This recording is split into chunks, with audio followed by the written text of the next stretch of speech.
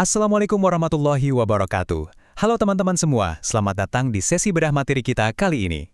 Sebagai abang yang seneng banget ngulik-ngulik sejarah, saya beneran antusias nih buat ngebahas topik yang satu ini. Sering banget kan kita dengar perdebatan yang lumayan kaku soal Islam di Nusantara. Ada yang bilang ini murni produk lokal yang damai banget, tapi ada juga yang bilang ini gerakan transnasional dari luar. Nah, narasi-narasi kayak gini nih tuh sebenarnya sering dipakai buat memutus akar sejarah kita yang aslinya. Lewat bahasan kita hari ini, kita bakal bongkar habis dikotomi palsu antara Islam lokal versus Islam asing. Karena faktanya, sejak hari pertama pun, Islam di Nusantara itu udah lokal, sekaligus jadi bagian yang nggak terpisahkan dari jaringan raksasa dunia. Bayangin aja. Coba deh kalian perhatiin perbandingan di sini. Menarik banget kan? Kita sekarang hidup di era di mana kita tuh santai banget bahkan merayakan gerakan transnasional dari Barat atau Asia Timur. Kita asik nonton Netflix, terus-terusan scroll TikTok atau dengerin K-pop, dan itu semua dianggap modern, open-minded, dan up-to-date.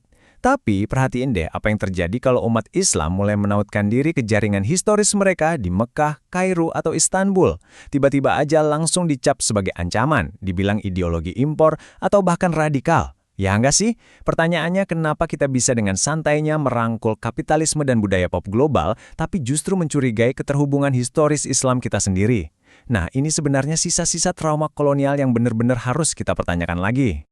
Oke, kita masuk ke bagian pertama. Samudra sebagai jaringan global pertama kita.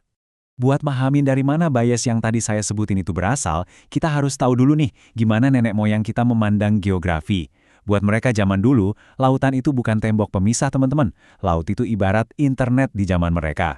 Sebuah jalan bebas hambatan yang menghubungkan ide, manusia, budaya, dan ngebentuk satu jaringan raksasa yang kita sebut Mare Islamika. Nah, coba lihat garis waktu ini. Ini cemerlang banget buat ngilustrasiin betapa panjangnya jejak jaringan itu. Di abad ke-7, pedagang dan pendakwa dari Arab sama Gujarat udah berlabuh dengan damai.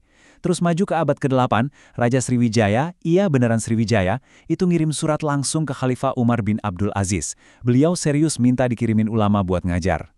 Terus di abad ke-16 ada diplomasi keren antara Kesultanan Aceh sama Turki Utsmani. Lanjut di abad ke-19, Pangeran Diponegoro mengadaptasi strategi global buat perlawanannya. Poin krusialnya gini, Nusantara itu nggak pernah jadi pulau terisolasi yang tiba-tiba jadi Islam dari dalam. Kita ini selalu jadi simpul penting, node utama di jaringan global selama lebih dari 1000 tahun. Dan pastinya, jaringan global sebesar ini butuh infrastruktur yang nyata dong. Mereka punya logistik maritim yang luar biasa epik, namanya kapal Jong. Kapasitasnya nggak main-main, 350-600 ton. Buat kalian Gen Z, bayangin kapal Jong ini bukan cuma sekedar kapal kargo buat ngangkut rempah, tapi ini tuh semacam pesantren terapung. Di atas dek kapal inilah pedagang, nakoda lokal, dan ulama pada nongkrong, saling bertukar gagasan cemerlang. Nah, untuk ngamanin bandwidth maritim ini, Kesultanan kita mengadopsi yang namanya Cetbang. Ini tuh teknologi meriam putar standar global, dipakai buat ngusir infiltrasi asing kayak Portugis. Keren banget kan infrastruktur pertahanan mereka? Lanjut ke bagian kedua, jaringan intelektual dan rantai keilmuan Nusantara. Nah, dari infrastruktur fisik di laut, sekarang kita beralih ke infrastruktur pemikirannya. Sejarawan top kita, almarhum Prof. Azumardi Azra, nyebut fenomena perpindahan ilmu ini sebagai kosmopolitanisme Islam. Maksudnya gimana tuh? Jadi gini, tokoh-tokoh hebat sekelas Wali Songo itu, mereka nggak tiba-tiba nyiptain tradisi dan metode dakwah dari ruang kosong. Mereka itu ulama kelas dunia. Mereka terhubung erat sama pusat-pusat peradaban Islam dari Kairo sampai Hadramaut.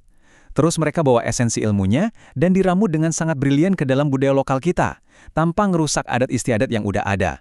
Nah, itulah skill tingkat dewa dari kosmopolitanisme ini. Gak gampang loh bikin racikan kayak gitu. Terus ada lagi nih fakta yang benar-benar bikin kita harus bangga. Kalian pernah dengar kaum Jawi nggak? Ini adalah komunitas pelajar dan cendekiawan asal Nusantara yang tinggal dan sangat dihormati di Haramain, yaitu Mekah dan Madinah sejak abad ke-17. Tokoh kayak Syekh Ahmad Khatib Minangkabawi misalnya, beliau ini bahkan berhasil jadi imam besar di Masjidil Haram. Bayangin. Dan asal kalian tahu, beliau ini adalah guru dari para pendiri NU dan Muhammadiyah. Ini jadi bukti nyata kalau di panggung dunia, kita itu pemimpin intelektual, bukan cuma penonton atau sekedar pengikut doang. Pertanyaannya sekarang, gimana cara mereka nyebarin ilmu level global itu ke masyarakat awam di desa-desa? Jawabannya ada di strategi cerdas yang namanya vernakularisasi. Caranya, pakai aksara pegon. Jadi mereka pakai huruf Arab yang waktu itu adalah abjad global, tapi buat nulis bahasa Jawa, Sunda, atau Madura. Ini tuh strategi lokalisasi yang paling epik sih menurut saya. Ketimbang budaya lokal tergerus sama kolonialisme Belanda, ulama kita malah manfaatin kode penulisan global ini untuk memperkuat identitas budaya lokal, sekaligus melakukan perlawanan intelektual dengan cara yang super cerdas. Masuk ke bagian ketiga, diplomasi internasional Kesultanan Islam.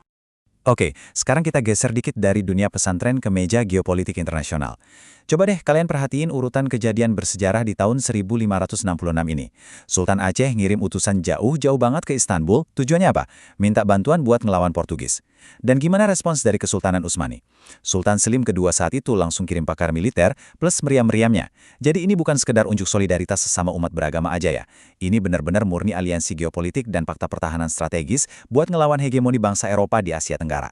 Gara-gara ini, Aceh bahkan dapat pengakuan hukum internasional. Ini diplomasi tingkat tinggi banget.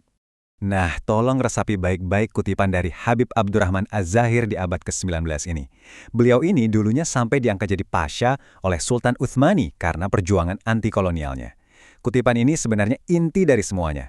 Mindset transnasional bahwa kita adalah satu tubuh, inilah yang jadi motor penggerak paling awal dari rasa nasionalisme kita buat nentang penjajahan. Koneksi global inilah yang ngasih kita keberanian mental buat ngelawan balik. Dan efek dari jaringan global ini berasa banget sampai ke pedalaman Pulau Jawa. Buktinya, Pangeran Diponegoro pas lagi Perang Jawa, yang notabene sangat agraris dan lokal banget itu, ternyata membagi pasukannya ke dalam resimen-resimen yang dikasih nama Bulkia dan Turkia. Struktur ini tuh terinspirasi langsung dari standar militer Kekhalifan Utsmani. Kebayang nggak tuh? Ini jadi bukti konkret kalau bahkan dalam konflik lokal sekalipun, kerangka perjuangan nenek moyang kita udah ngambil standar kelas dunia. Bagian keempat, lahirnya NU dan Muhammadiyah. Mari kita tarik garis waktunya agak lebih dekat ke era modern kita sekarang. Kalau kita ngebandingin akar sejarah Muhammadiyah dan Nahdlatul Ulama, kita bakal sadar dua-duanya nggak muncul dari ruang hampa. Muhammadiyah itu lahir dengan membawa inspirasi dari gerakan pembaruan modernis di Timur Tengah, kayak pemikirannya Muhammad Abduh. Sementara itu NU lahir sebagai respons yang super presisi buat melindungi dan konsolidasi tradisi pesantren serta jaringan ulama sufi. Keduanya ini sukses mengeksekusi dengan sangat brilian perpaduan antara prinsip-prinsip global Islam dengan kebutuhan dan karakter spesifik masyarakat Nusantara. Jadi dua-duanya itu melengkapi.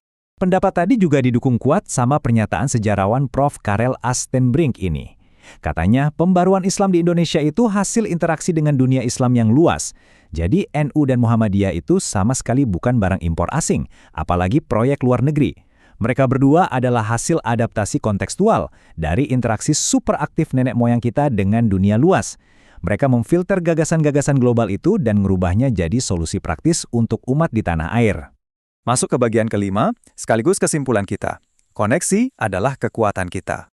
Jadi, apa sih benang merah dari semua data sejarah yang berojo kita bedah bareng-bareng? Intinya cuma satu, koneksi adalah kekuatan kita. Mari kita rangkum fondasi peradaban kita lewat tabel ini.